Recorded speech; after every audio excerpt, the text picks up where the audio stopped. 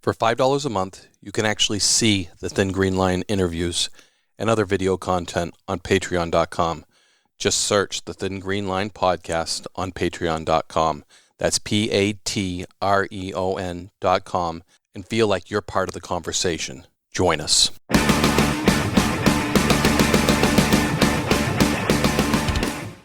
Well, this one, guys, is just fun, Wayne, and I know I'm kind of preaching to the choir here, but part 2 of Cody Stamann here on our Thin Green Line podcast, and what an awesome conversation this was. You know, it went so long that we had to go into a part 2. That's only happened one other time with Barry Kirch, our Shinedown drummer buddy.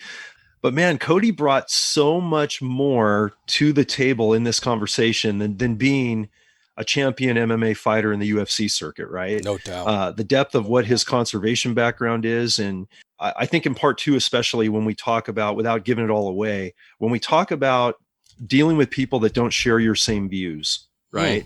And we have so much polarization in the country right now, like we've been dealing with, and, all this pandemic panic and everything going on through COVID. And something that Cody brought to light that we got to share our experiences with him, he actually catalyzed something in you and I, is how much we need to just listen to everybody and let everybody have their voice and have an opinion. Everybody has, a legitimate perception of what they perceive is going on in their frame of reference, whether it be political or not. And we don't all have to agree, but we should agree to disagree at least, and we should agree that we need to get along and foster more unification versus polarization. And, and you would not expect on a stereotype to see an MMA fighter being very tolerant of other people's different views, right? And he is actually, as he puts out in the story, in his story, that he's been stereotyped before. They think he's a thug because he's this champion fighter when he's anything but. An amazing young man, heart of gold, true patriot, a gentleman, and basically a sheepdog, a protector, not an aggressor out there. And that's what I thought was one of the most beautiful parts, without giving it away, all the depth we're going to talk about in the second part of this, as well as everything else Cody's about as a fighter and a conservationist, man. What a great conversation. No, it certainly was. It was great to get in depth with Cody to find out all those things, because I don't think a lot of people do, or they take the time. I mean, when we have our normal conversations with people, sometimes we don't get the time to get to know them. But I think communication is the key to all of this. If we have that conversation and we can start to relate on some level, we're better off as a person. And this is without actually sitting down with Cody, you guys. This is getting to know Cody, and it's pretty awesome to have that interaction. I was wicked excited, and it was just wicked excited to know at what level that these guys are fighting at, and that a mental game is almost as important as the physical game. And to have that mental state, to have that calm before the storm, I found that very reflective. And I remember going into a wrestling match, having that same calm before the storm, focusing. And now I watch these fights in a whole different way, John. I look at these guys and I watch their mental state, just like we talked with Cody about. And I'm trying to get in their head now. What's he thinking about? Is he focused? Is he by picking these winners? It's been interesting for me to kind of look at that now that he's brought that into it, and that mental game and how important that is. And certainly in every aspect that we do, no matter what. Before we go into the podcast, we get into a mental game. We start to process it. We start to think of it. So we're in the game. Same with Cody. And the same thing everybody should be doing. Before you get in the game, start getting your head in the game. And I think that's a good lesson learned from young people to old people. Yeah, I think it was a dynamic conversation. And you got a lot of good stuff going on, John. You got to share some of this new exciting stuff, because I'm excited for you. I'm excited to see you going on. I know you got a new hat on. If you guys are watching on Patreon, John's got a new hat here. He's going to be wearing a new hat. So that's wicked cool to share, wicked exciting, just as much as Cody Stamann, the UFC fighter. I'm as much excited what you're going on, and you're going fast, man. Yeah, Wayne, I guess overall you and I wear a lot of different hats, right? To no pun intended, but we really do. And part of what I'm doing with Monster Energy and Can-Am and Kuyu and all of these sponsors I'm going to talk about in a minute really come to the reason we wear all these hats. And I think I'm speaking for both of us here, is we're trying to bring the Thin Green Line message of conservation, of public safety, of outdoor enjoyment, for the good of the nation, whether you hunt or fish or not. but just preserving our wildlands, waterways, and wildlife out there, for all good reasons, right? The cool thing about Thin Green Line podcast is we go outside of the comfort zone with traditional conservationists. We don't just talk to hunters. We don't just talk to anglers. We don't just talk to game wardens. We talk to people outside your and my comfort zone that we've grown up and they've been our closest allies and our closest friends and family. Mm-hmm. And now, we're starting to build bridges and doing projects with other areas. MMA fighters like Cody, rock and roll drummers that are, conservationist and Second Amendment aficionados and field to table, connoisseurs as well in the, rock and roll professional world. My history of desert racing in and around my career as a game warden has now been kind of blown up in teaming up with the Monster Energy side-by-side professional race team and getting in with those guys to bring the whole Thin Green Line conservation element of what we all stand for and what they stand for together and network it in the off-road racing community. You just don't see that, but we have millions and millions of fans for off-road racing and racers and high dollar teams and corporate sponsors like Monster Energy, like Can-Am, like Kuiu Ultralight Hunting that's been behind me since 2014 and that supports conservation officers all over the country. Kuiu is one of those companies that with their support, I'm able to get back and go race again all over the Southwest, the Baja circuit, all those things that I just love to do that I really didn't do a lot of toward the end of my career because the MET program and building that special operations team was a 24/7 all encompassed last 6 years of your career, put everything on hold. And I'll tell you, I missed racing. I missed being in my desert racing community because they are great people. And now we're bringing the Thin Green Line to desert racing. We're supporting, everything from orphanages that my team has supported on the smaller scale way back since 2006. And we're just having a lot of fun bringing everybody together to do this and push that Thin Green Line message even further. So stay tuned, everybody. There's going to be some updates as I get more and more immersed. I can't give away the farm yet, but I'll have a lot more details to share as we go along. But Wayne, to put it bluntly, we're going, it's high speed, low drag with this team. This team won the SCORE championship last year in Baja, that is the gladiator sport of all off-road desert racing. Those are the gladiator races, is the Baja circuit. One, just to finish, but two, to be a champion in the professional class. That's amazing. And now there's a whole lot of pressure to follow that up. And you can imagine everybody on our heels wanting to, take a swap at that. And that's the fun part of it, but the off-road racing community, brother, is just like, the Thin Green Line of game wardens. We compete really hard against each other, but ultimately we're out there for the same reasons, looking after each other, loving what we do, and just loving the sport and wanting to protect it and keep OHV thriving under the Thin Green Line. Yeah, and that Monster Energy, they have 3 Thin Green Lines I see when I see on that hat. That's what I see. When I see Monster Energy, I'm like, there's 3 Thin Green Lines there. So hopefully we'll all get into that family. And you're right, we bring a diversity into this podcast, whether it's Warden's Watch or the Thin Green Line. East Coast, West Coast, desert racing. I'm excited for you, and I'm excited to learn. I'm excited to see this as an outsider because it's something that I'm very unfamiliar with and you're very familiar with, and you're introducing me into it. And I've already had some people reach out to me and say, geez, John's on the Monster Energy Can-Am team. That is awesome. On the East Coast, which is it's dynamic. It's just really interesting, and I'm really appreciative. But we certainly bring different things to this, and I think that's what makes it exciting. It makes it interesting, and you're going to be very successful as you have been in the past.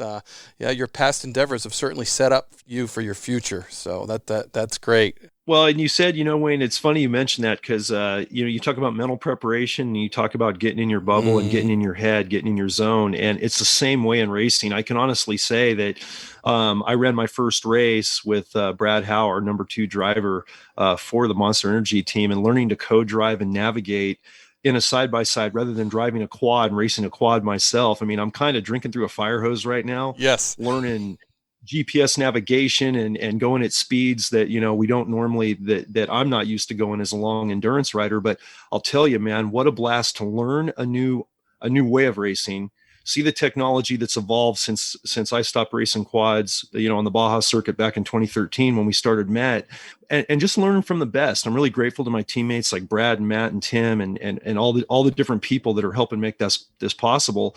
But something we're bringing to that element is, my Thin Green Line film series for Recoil TV. We're going to be doing a pretty epic film next year. Our third film. We have one more conservation hunting related one here in October that's going to happen on a trophy elk hunt, and I'll have details on that here more soon. But next year we immerse on the big race. We immerse on what's kind of happening in this race team, what goes into the mental preparation, the physical preparation, the mechanics. And I can honestly say what thrills me more than anything is being on a team that's so tightly woven, and they work so diligently and prepare for so long all year to compete at the highest level. They run like a Met team. They run like a tier 1 special operations unit, whether it be a SEAL team or what I was used to with my Met teammates. And quite honestly, I haven't been to that level of intensity and, just everybody in it for each other since retiring from the Met unit. So this is a whole, this goes beyond racing for me. This goes deeper. And it goes deeper for these team guys that are family.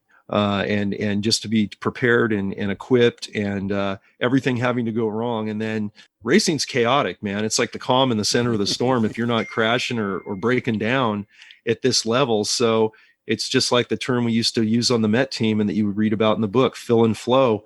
If you can't fill and flow in a race because plan A, B, and C may not work out, you might have to have a plan, Q, S, X, Y, or Z, and be able to improvise, overcome, and adapt just to get to the finish line. Man, I love that intensity. That is pressure in the best way. Just like I was back doing ops with the boys. And that's what's kind of cool about this. And we're going to capture that in a film next year, a Thin Green Line film for Recoil TV and for Amazon and for our YouTube channels. That's really going to capture what this race team is about, specifically how it affects our Thin Green Line and promotes it. And I feel very blessed and excited. And I'm grateful that you and our listeners and our viewers are part of this, because it's a journey we're going to share. And, we're all in the team together, whether you're racing or not. Certainly well said. So we're going to go right into Cody Stamann, Thin Green Line episode part 2. I hope you enjoyed the first part as much as I did. Just to get inside that UFC fighter, to learn that personal side, to learn that outdoor side, it's certainly dynamic. Enjoy. I was getting reports of graffiti on the trails, going hiking. They'd find a rock and spray graffiti. And, I was happy everybody was getting up and experiencing the outdoors, but then they were bringing their culture with them, which was very disappointing, that they couldn't look at that rock as a rock and how beautiful it was, that they had to spray it with spray paint and so out of place. And, it's just, we need more people like you, having that proud moment saying, I can't believe anybody ran across some spray and graffiti. They would have said something. I would hope, I would pray. It's just a weird generation. And I'm honestly part of it, part of that. And that really, they don't respect the outdoors. They don't understand the outdoors. They're not outdoorsmen. Maybe, it's a family thing. It's something that they never did. But I find more and more people, like maybe it's because of COVID and everyone got locked up, for that long period of time. They're like, dude, I need to get out of my house. I need to get out of the city. Right. Get out of this like mundane schedule that I've been on. And honestly, more people have like contacted me like, hey man, next time you're going to the lake to go camping or whatever, like awesome. I want to go, I want to experience that. Next time you're going to go hunting, I'd like to just tag along and see what it's like. And like duck hunting, I think maybe I've actually turned people off to it because like I'm a pretty primitive guy. Like I don't go out there with, like some guys go out, like when they go ice fishing, they have a shanty and they're drinking. They got the whole camp. Yeah. Like I go out there with absolutely only the essentials that I need. I got water. I don't have any food. I don't have snacks. I took one guy out and I just about killed him. Like, I killed him out there. I mean, the hike there was Here's your 80-pound pack. We're going to hike 5 miles into my duck spot. And sounds like a workout to me, Cody. You're going to put out decoys for me. Yeah. And you're going to train him to retrieve ducks too, aren't you? Yeah. Really good for that. But killed him hike there. He's got boots on. He steps over his boots. So his feet are freezing. And it was frigid cold this morning. I mean, I was cold and I have a lot of really nice hunting gear. And I was cold. And I was looking over at him. He's The first 2 hours of the hunt, we're just sitting there. We're not seeing anything, nothing. And nothing's coming near us. And so his first hunting experience was absolutely brutal. But we ended up getting in some ducks later on in the day. And I don't know if it's rewarding for him. I don't know if he's going to do it again, but we'll see. I mean, hunting's hard. Hunting's really, really hard. And you got to be, you've really got to enjoy it if you're willing to, put yourself through all that to do it. And that's the thing that people don't understand. It's like they think that you just go out, like I just like step out of my truck and I got my gun in my hand. Yeah, it's done. Yeah. Yeah, I know. I walk out the trigger, back the truck up to it, load it. Yeah. Yeah. There's knives everywhere, and I don't, you know what I mean. They don't understand that there's a whole process to it, and then you really got to know what you're doing if you're going to be successful. And even if you know what you're doing, and you do everything right or everything that you know to do, you might still not be successful. You might come home empty-handed, and it happens more times than I like to admit. Obviously, those stories never make Instagram, but right. You're a hunter, you know that. You sit in a tree stand for 8 hours, you don't see a single deer, and you're like, dude, I did everything right. What's going on? It's like, they're wild animals. You can't really predict exactly where they're going to be. You can collect some data and try to figure out the same way in a fight. You know what I mean? You know, all you're doing is you're collecting data and hoping that, the things that you want to happen are going to happen, but like, there's no guarantee in that. It's not, it's not set in stone. I go sit here and, kill a monster buck. It's like, you got to put some work in. And, that's probably what deters most people from hunting, is when they actually realize how hard it is to do it. Yeah. You got to learn your animal both in the rink and in the wild. So you're spending some time studying that opponent, just like you would that white-tailed deer, like that duck, to know how it's going to act. And then there's always that X factor that it doesn't do what you want it to do, or you don't see what it's doing. But we are creatures of habit, and you must watch a lot of fight video of people you're going to come up and fight to pick out those habits and pick out your best, how you're going to fight that fight. Yeah. So, I mean, it's basically, for me, I'm very tactical about it. Like I have a loose game plan. There's a way I see things going, based on film, based on, my tendencies, their tendencies. And there's things that I know that I have to do to be successful. You know what I mean? Like whether it's going forward, whether it's getting the takedown, whether it's, having my hands in the right place, moving my feet. There's a million things that go into it.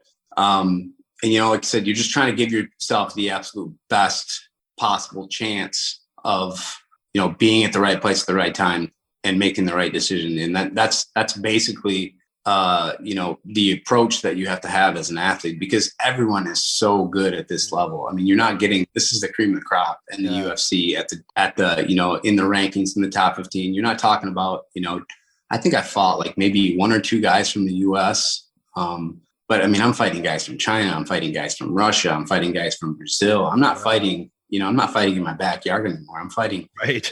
You're going global. Talking about, these guys, some of them are the only person in their country to make it to this level. Like they're 1 in 2 billion. He was the only Chinese guy at the time that was ranked. Like he was the only one in all of China that was ranked in the UFC. So, he's essentially the best guy representing a country, and like, that's the guy you have to beat. And that is different than, fighting Michigan. You know what I mean? You're talking about, the most elite guys, and as much as you're studying them, they're studying you, and they know your tendencies.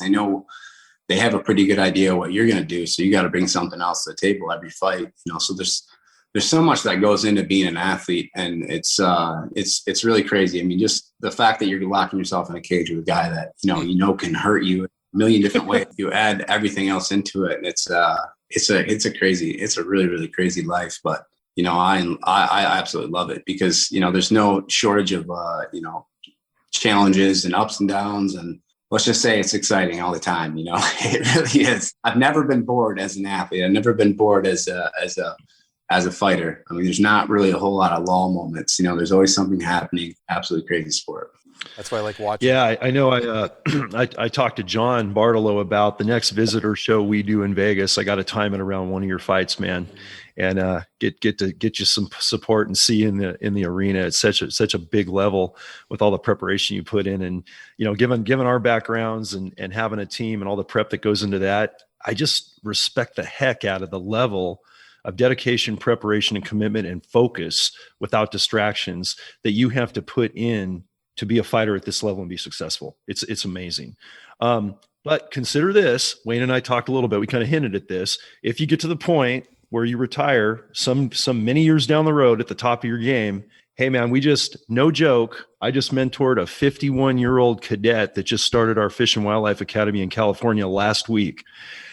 It was his third career. He's totally retired from everything else. And he goes, I'm terrified, man. I'm the oldest cadet ever in the Fish and Game Academy that I've ever heard of. What do you think? And I told him, our current chief of patrol right now started at 45 after being a very successful businessman to live the dream. So I'm not hitting you hard on this, man, but consider that in retirement. If you need something to do because you're a little bit bored, come join us. Join the Thin Green Line. We'd love to have you. I think it could happen. I really do. I mean, it's something I'm passionate about, and I tend to be really good at things I'm passionate about, and not very good at anything else. So it might be in the cards for me. It'd be a cool job. Because I mean, I respect what you guys do so much. I mean, like I said, there should be 8 times, 9 times, 10 times as many of you, but the fact, the realities of it is, I don't know if it's a funding issue or if there's just not that many people that want to do it. But I'd love to join the good guys and try to make a difference. Yeah, and thanks a lot for sharing that proud moment with us, because that made me very proud and inspired me. And I'm sure it's going to inspire other hunters to do the right thing and have that proud moment, just like you did. Yeah. I mean, I hope so. Because it's an uphill battle. It's an uphill battle. And in the book, it was amazing to me. Like I guess I just never saw things in that light. I never really those things from a conservation standpoint. It was very eye opening. It's crazy, and I think, like I said, that's something that everyone can get behind. You know what I mean? Whether you're pro marijuana, you're anti marijuana, like I said, everybody can get behind protecting wildlife. You know what I mean? Hey, hunters, okay, do you love the outdoors? Well, no, I don't ever go outdoors. Well, do you like being able to go outside? Do you like having clean water? Yeah. I'm like, okay, well, here's what we're doing. Right. Yeah. I can get behind that. That's just it's a different way of looking at it, because I mean, kind of out of sight, out of mind. People don't.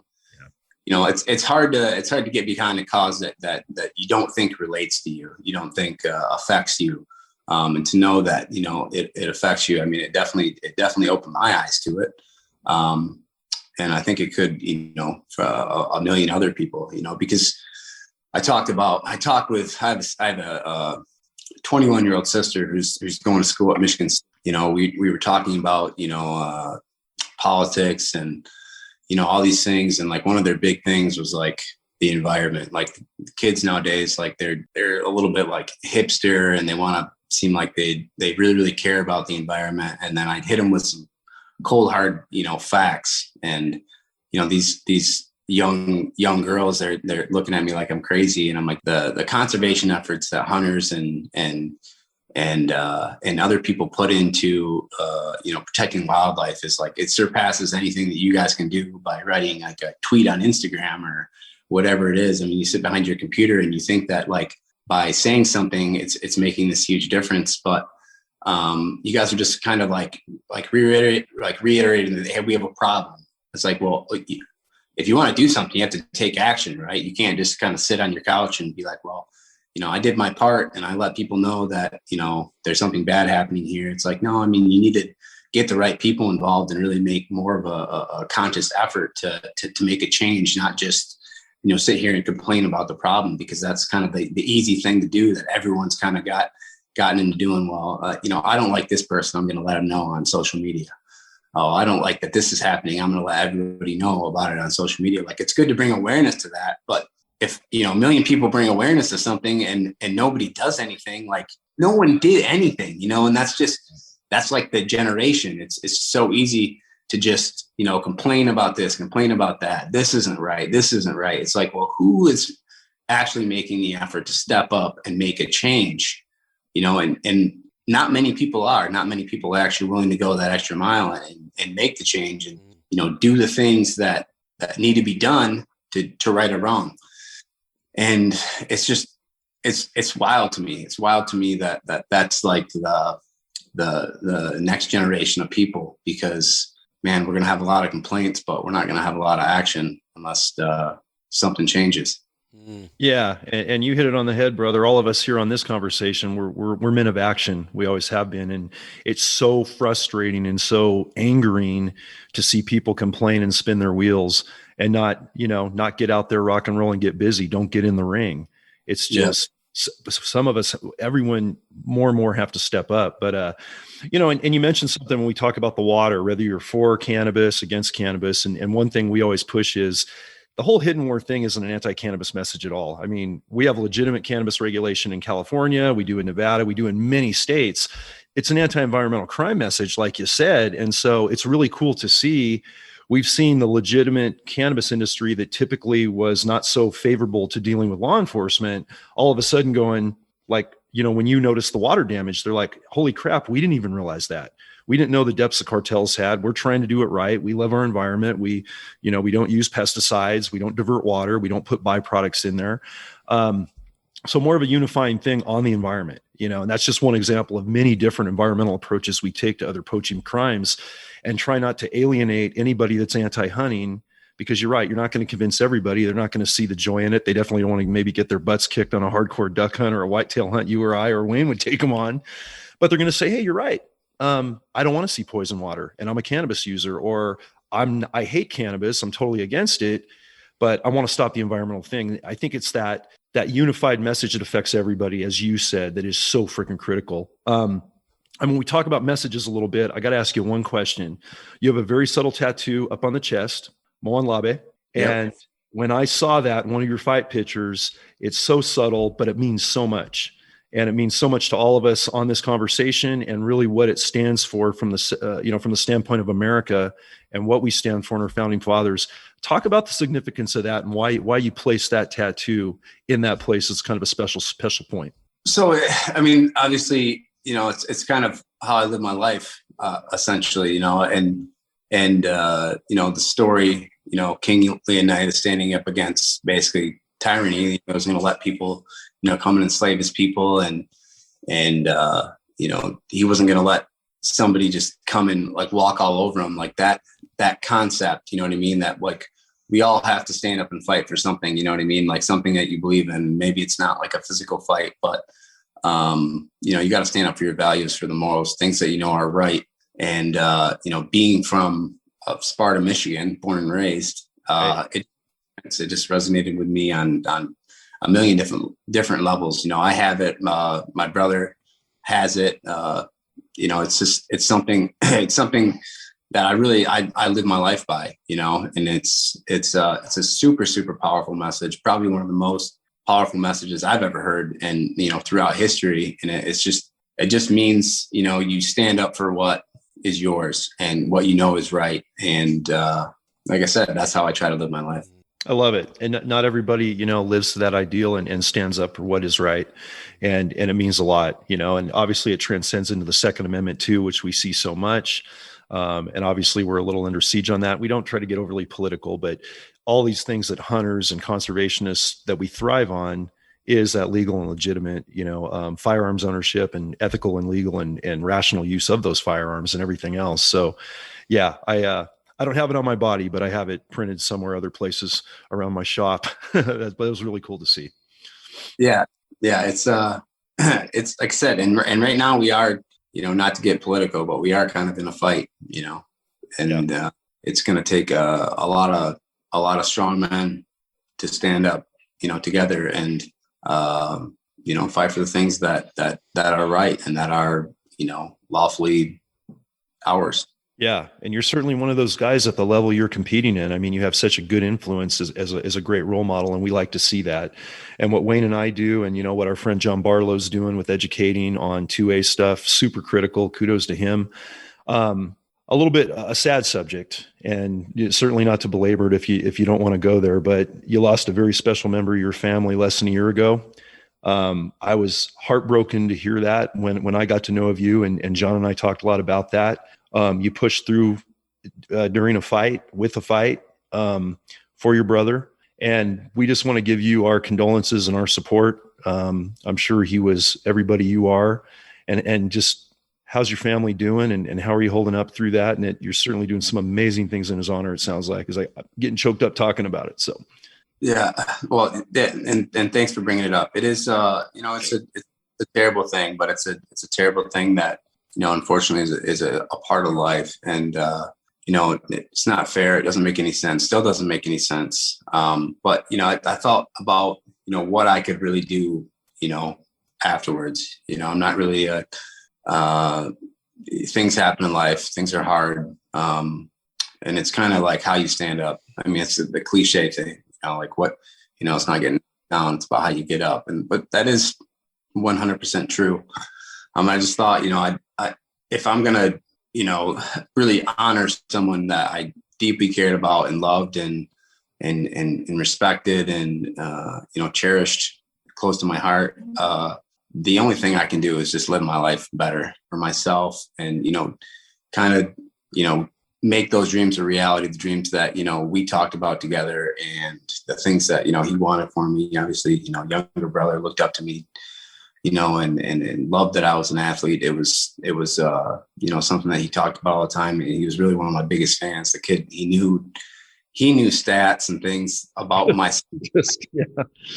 He knew everything that was happening, every interview, he watched everything. And I'm like, I got to make this happen. And, fighting, under those circumstances was so extremely difficult because, I was an absolute mess. It's kind of the first time anything like that had happened to me. And I really didn't. I really, everybody was like, wow, you were so brave and you handled it so well. But the truth is, like, I didn't handle it well. I don't think anybody handles situations like that well. I kind of did what I knew I had to do as a man. And I knew I had to step up and absolutely, do my best and just go out there and be the athlete that I know that I am, because, it's something that he cared about. And, I know that, something that he would have wanted me to compete. So, that's just what I did. And, I think, I never intended on, being an inspiration for anyone, but I really felt like there were a lot of people that, because everybody deals with something like that in their life. And, there were a lot of people that reached out to me and just basically said, like that was very inspiring. Like, well, it was nothing that I, intended on being or doing. It was cool to see that, I was able to, impact some people and they were able to, maybe take some strength from that. Mm-hmm. And, pray to God, I never have to deal with anything like that ever again. But, it's good to know that, in the face of, that kind of adversity that I can, I can make something happen. Yeah, no, well said. And, our best to you and the family and in your brother's memory. Awesome what you're doing to make him proud and stand tall for him, Yeah. Yeah. Thank you. Boy, that's tough. John and I, have gone through some stuff too in our careers and things. So it really hits home when that stuff gets brought up. But everybody needs their heroes, Cody, and you're being that hero. Everybody needs someone to look up. Everybody needs someone to inspire too. Like I said, you gave me a proud moment today by telling me about your proud moment. Hopefully we can spread that. Just the strength that you show, through your brother's death. I mean, that inspires people and that gives them that leg up when people need heroes. I had a Vietnam vet after I got shot on the line of duty. I didn't really want anything to do with it. And he said, Wayne, everybody needs their heroes and you need to stand up and be a hero. And that has affected me to this day. I'm just like, they need their heroes. And anyway, it's kind of funny. We don't think of ourselves as heroes. No hero does, but everybody else needs their heroes and I need my heroes. And today you're my hero, man. Well, I appreciate that. And it's true. It really does takes, you know, it's a weird thing, you know, people find strength in other people, you know, and whether it's like the hero or whatever it is, you know, if people see, you know, role models, people they look up to doing the right thing and making good decisions, you know, when they could easily make a bad decision, you know, that's super important. And that's the only way you can do anything is by example, you know, and, you know, I try to set, you know, the best example possible for maybe the kids that look up to me.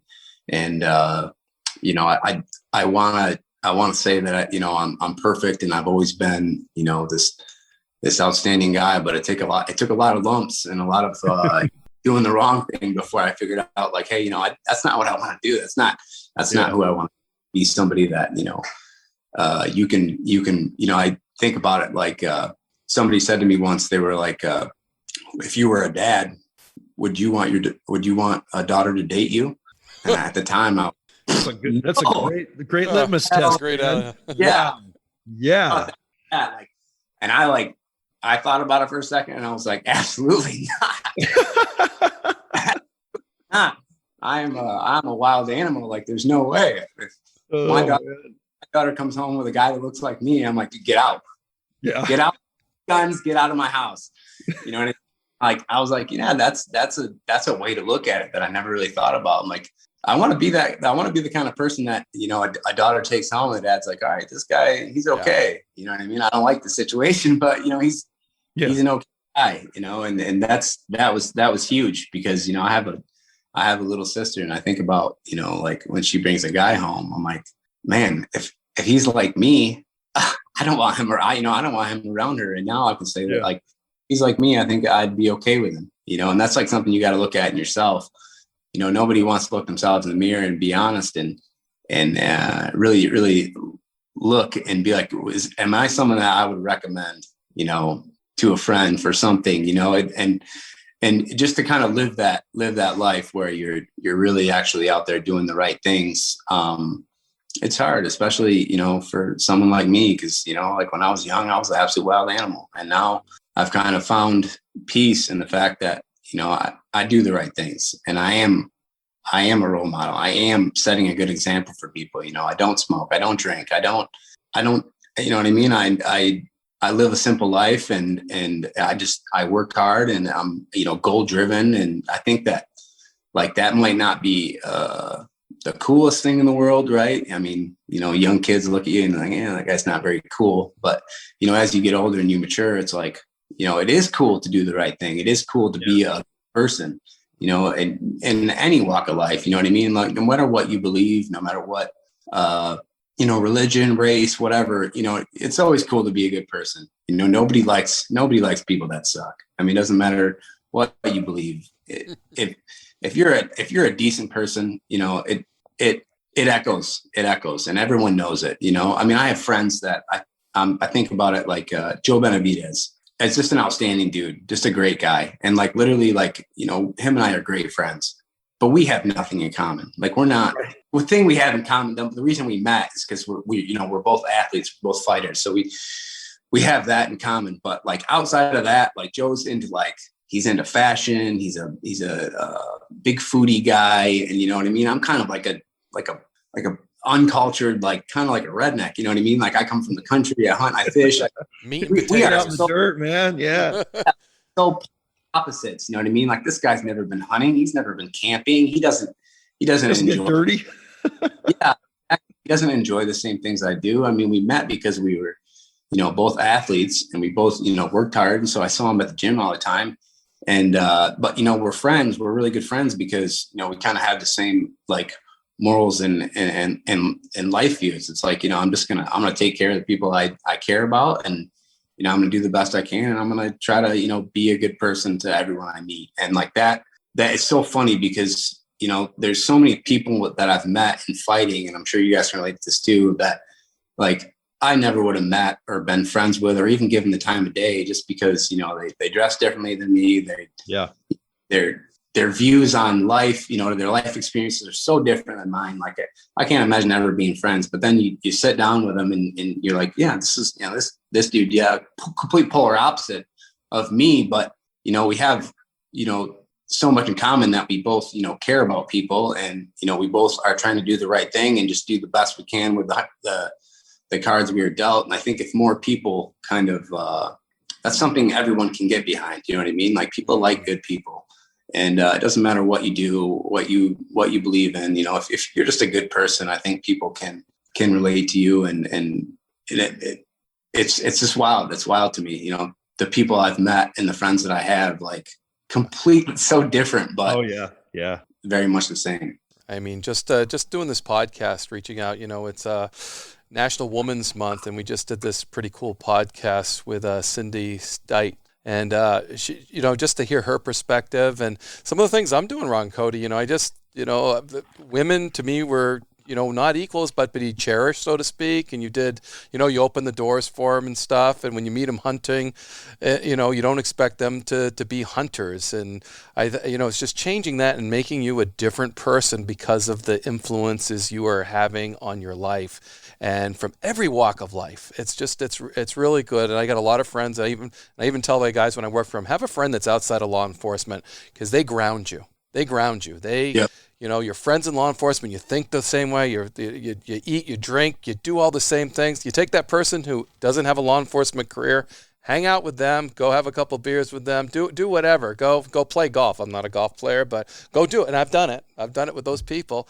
Have somebody outside, totally outside, so you get that influence, and that makes you a better person. And every time we have these openings, I try to make myself a better person. Yeah, and you talk about like a polarizing thing. It's like everybody's on one side of the line, and if you have different, you have different ideologies than me, well, then we're not friends. We can't we can't see eye to eye on anything. That's an issue. That's the real issue. That is the real issue. It's so divided, you know what I mean? And people aren't open to having the conversation about differences. You know what I mean? Like, you got to understand, like, through the different walks of life, I've learned in my life experience, because I've met so many different people, through MMA and through hunting and fishing and through life, that, like, like the people that like I said, could have never imagined being friends with, never imagined sitting down and having dinner with, and thoroughly enjoying their company. I'm like, wow, like, I've been so close-minded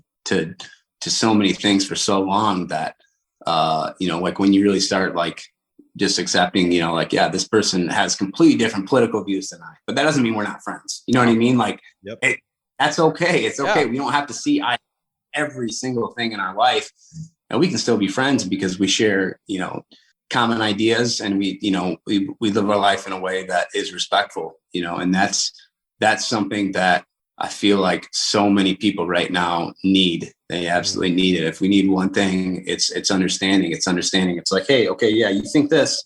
I'd like to know why. Like, how they came up with the conclusion of what they believe isn't so how you came up with the conclusion of what you believe. You know what I mean? There's so many things that influence, whether it be where you're from, it's actually kind of crazy that, like, it's all middle ground, and that's how we should see it. Instead of being like, oh, you're a Republican. Oh, I can't like you. We can't be friends. Or you can't date them. Or I've heard that before. Yeah, you're a Republican. I can't date you. I can't bring a Republican home. Family. No way. The podcasts like this break down that, because we're just being people, and we miss that middle ground. And like you said, politics, certainly when those get in, sometimes I avoid them all costs, but if they come across the right way, we can have an open and educated discussion. And they bring in points that I've never thought about, and we bring in points in there, and then you have a conversation.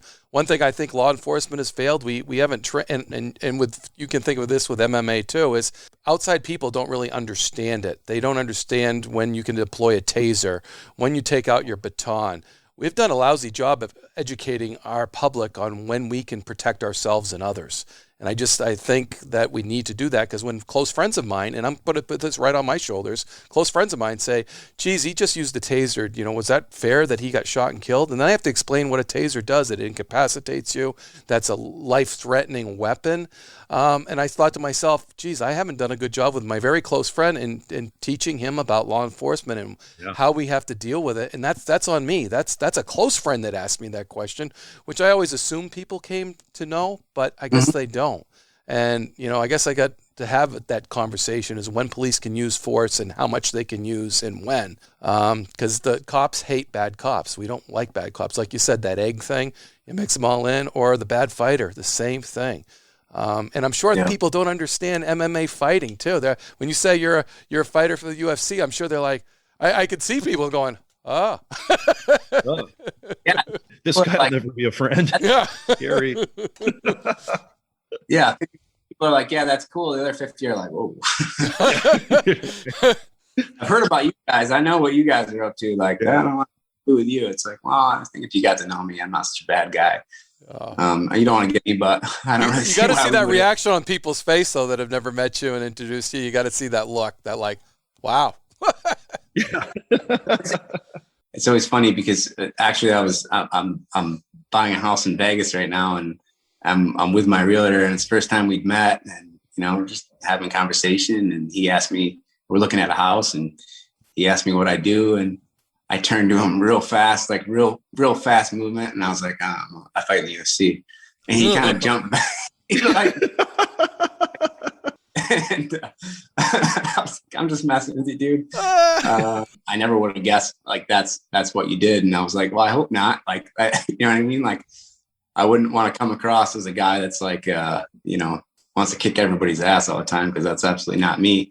But it is actually hilarious to see people's reaction to that, and some people, like I said, some people think it's cool. Other people are like, oh my gosh, the light fighters are the most active fighters. They're the ferocious fighters. Those are the fights I always want to see. It's just so much action, and you're in it. Yeah, and it's so weird because you see these people that are absolutely just animals in the cage. You know what I mean? And you put them in that cage, and they're like you said, ferocious. They are vicious. And then you see them outside of the cage, and someone that comes to mind is Justin Gaethje. I'm sure you guys know who that is. Yeah. Justin is like one of the guys that, like, you lock him in that cage, like it's kill or be killed for Justin. Like, he is going out on his shield every time, and he embodies everything that it is to be a fighter. And then you talk to him outside of fighting, and there's absolutely he's got glasses on, and he's dressed like a normal guy. He doesn't look like a fighter. You talk to him, and you're just like, this is the same guy I just saw last night. He almost decapitates someone, and he is just the nicest guy and most, soft-spoken guy. He would have no inclination at all, just by knowing him outside of the ring, that he is that like ferocious competitor that he is. I mean, it's amazing, and yeah, that more people should get to know, athletes and law enforcement people on a personal level, and then they could be like, yeah, these are good people. They're just nice people. They're just like me. They're not at all what I expected, and that's always a nice thing. Like, I don't want people to know that I'm a MMA fighter. I feel like I'm not being a very decent person if your first impression of me is like, yeah, that guy's for sure a fighter. Like, you know what I mean? Like, I'm just a normal guy, and this is just what I do for a living. Like, yeah, I mean, fighting is kind of who I am, but it's not who I am. You know what I mean? Like, I mean, there's a little bit of a fighter in all of us. And, the trick is to, be able to separate the two, and that's not, it's not something that we get praised for. Yeah. Being real warriors, being true professionals, being stewards of humanity out there through your profession. And it almost seems oxymoronic, but that's exactly what you guys personify, just like our first responders, man. You guys are true warriors, true professionals, great role models. You're promoting a good message, and you can protect as much as you can professionally fight, and that's a beautiful thing to see. It really is. Cody, so man, you got a fight coming up. And is there anything you want to talk about on that fight before we close out, or anybody you want to talk about or thank, or give us a little bit there? So, I mean, this fight has been in the works. It's been in the works. We were supposed to fight in December. I hurt my back, tried to push it back a couple of weeks, didn't work out. So we rescheduled it for March, and then he gets COVID. Oh, I remember. I get placements, and one of them gets COVID, and the next guy, had like a heart condition, And so I don't end up fighting in March. And so we rescheduled for May. So this is something I've been preparing for 6-7 months now. It's been a long road just to get in the cage, and COVID makes everything so difficult right now. And just because, so many people are getting false positives and all these things, there's so many more obstacles that we all have to, overcome now just for the opportunity to compete. And, I'm just excited, man. I'm excited to do it. I've been training for so long. It's, I kind of got blue balls, so to speak, after the. Yes. I'm in the gates. I'm ready to go.